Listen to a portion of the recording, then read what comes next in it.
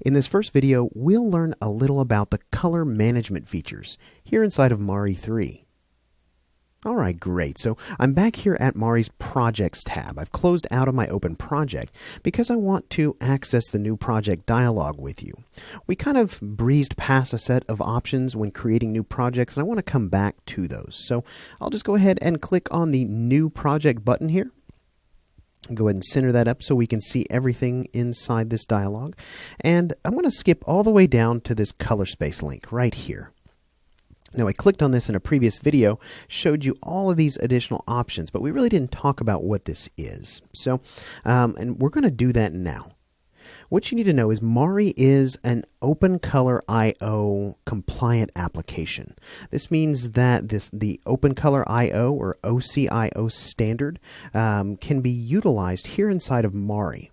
Now, if you're part of a pipeline or a studio that utilizes an OCIO configuration, then you'll know what I'm talking about. If you're not, and you're not familiar with OCIO, I recommend you check it out. They do have a lot of information on the OpenColorIO website that you can read up on OpenColor and find out exactly what that is. This essentially is a standard for unifying color management throughout a pipeline. And again, MARI does support this.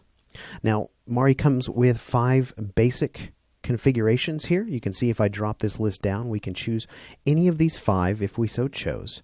By default, you should be set to Nuke Default.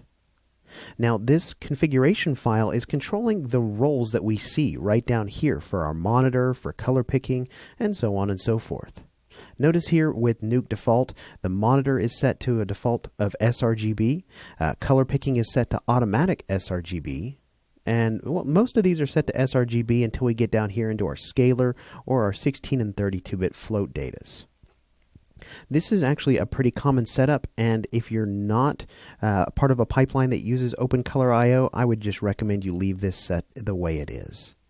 If you are part of a pipeline, maybe you use one of these other configurations, or maybe you have your own custom configuration, you can actually load that here.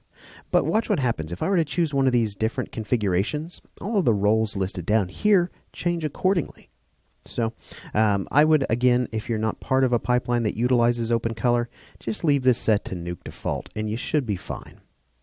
Now, I'm not going to create a new project at this point. I am actually instead going to go ahead and open up my Assassin project, the same one that we've looked at in previous videos. This one will not have any textures in it, but I want to show you that even though maybe you created a project and you didn't pay any attention to those color space configurations inside, you can still get to that exact same dialog. You can come up here to the File menu and go to Settings, and that'll get you right back to the same place. And we can make a change here as well. We could come over and switch this over to something like Sony Pictures VFX.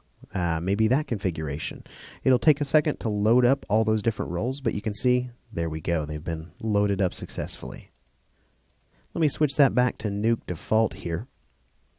Well, the important thing to remember about these are project settings. These are controlling how color is managed throughout your project. Now, color management in general inside of MARI is another set of tools, or rather another set of parameters that controls how color is viewed on the canvas here. And I want to open up a couple of my palettes here. Let me just first open up my lights palette, and I'm going to actually show my environment light so we can see that. And then I'm going to come in and I'm going to open up the Color Manager palette. Now, this palette is one that allows you to have access to all of the color management parameters in one place. Now, it's important to remember here that there's actually the Color Manager palette, and then right down here I have the Color Management toolbar. So now some of these parameters are duplicated. They're mirrored between the two locations. For example, I want you to you should understand and know that color management is enabled by default. This is turned on for every new project you create inside of MARI, unless you explicitly come in here and turn it off. So watch what happens when I turn this off. Let me go ahead and just flip it off, and obviously you can see a change happened. It was pretty drastic here in terms of our lighting. Now, it's important to understand that the lighting in this project right now is done with an environment light. that environment light has a high dynamic range image that's plugged into it, meaning an image that is in a linear color space by default. Now, our monitors aren't capable of displaying a linear image correctly. That's why what you're seeing here looks very dark and inky, and then you get over to the light source and it feels very, very blown out. This is entirely normal. Our monitors need an sRGB image, or at least a conversion for this linear image into an sRGB format. And that conversion actually happens when color management is turned on. Let me just flip that back on for you here. And you can see down here in our color management toolbar, we have a view transform. This view transform is making that conversion. It's taking that high dynamic range image and it's making it so that we can see it correctly on our monitors. Notice what happens. If I were to come over here and turn the view transform off, we're right back where we started. So again, color management is turned on by default inside of MARI. It's something you should leave on. I highly recommend leaving it on, especially if you're using any kind of image-based lighting like I am here. Now, we also have a few more parameters here. We have a split point, which is kind of neat. You can actually come over and look at kind of what your color managed image looks like and then what an uncolor managed image looks like. If you like that sort of thing. I don't typically use this, but you may find some use in that. Now, down below here, we have the current color profile. Now, watch what happens when I change the current color profile. Right now, by default, we're set to color space. But if I came in and set this over to, let's just say maybe something like the post-process example, notice that it loads up different information here, a different set of parameters. That may have been a bad example. Let's maybe go to linear to sRGB. And there we go. I would absolutely recommend that you leave this set to color space, unless you have a very specific reason not to. Color space has a number of different parameters here that are pretty common. We can adjust things like gain. We have some display parameters down here. Or if we want to load in a custom LUT file, we can actually do that right here. So this is the color manager palette. Again, some of the parameters here are duplicated down here into the color management toolbar. We can load in a LUT file. We can clear a LUT file out. We can set a display device. Again, if you select that, you can see there's currently only one option. It's okay. The view transform, we've looked at that. Component allows you to look at either any of the basic components and isolate those. Maybe it's just the luminance you want to look at. Maybe it's just the green values. We'll set that back to RGB. We have our f-stop and as well as our gain and our gamma. So this is the color management toolbar. Again, these two things kind of go hand in hand.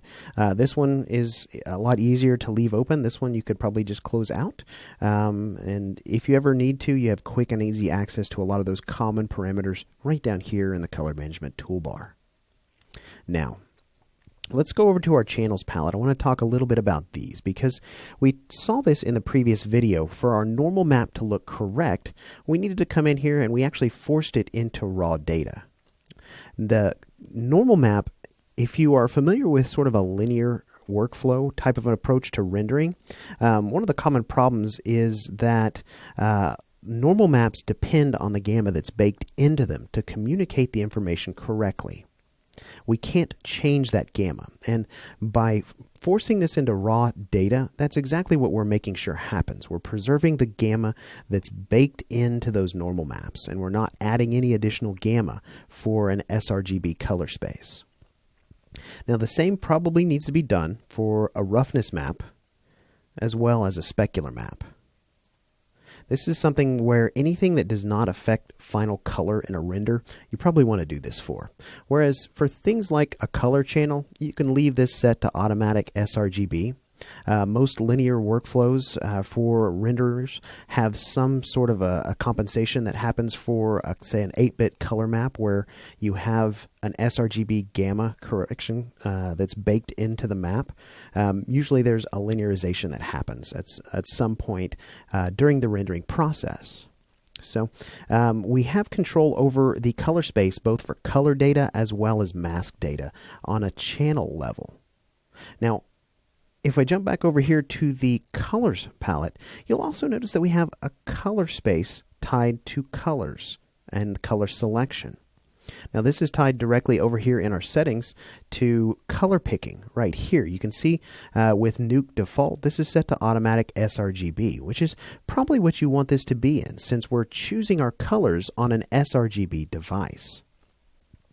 Now, typically when you're sampling a color, you want this color space to match up with whatever the color space for that channel is, which is why when you saw in the previous video when we were trying to sample a color here for the normal channel, this guy right here, we had to come in here and actually switch this over to pick raw pixels because when it was set to pick screen pixels, it was using that automatic sRGB. It wasn't going to give us an accurate selection. So again, color management is everywhere and color spaces are everywhere inside of MARI. And I know this can seem confusing if this is your first exposure to color management, but really inside of MARI 3, color management is meant to work kind of in the background. You're not supposed to have to necessarily worry about it. It's supposed to free you up as an artist just to paint. This particular video is really meant as more of a reference for you, so that if you need to know where you make maybe a certain tweak for an OCIO configuration file, for example, you know exactly where you can do that here inside of MARI. All right, fantastic. So in this video, we've learned about some of the color management features here inside of MARI 3.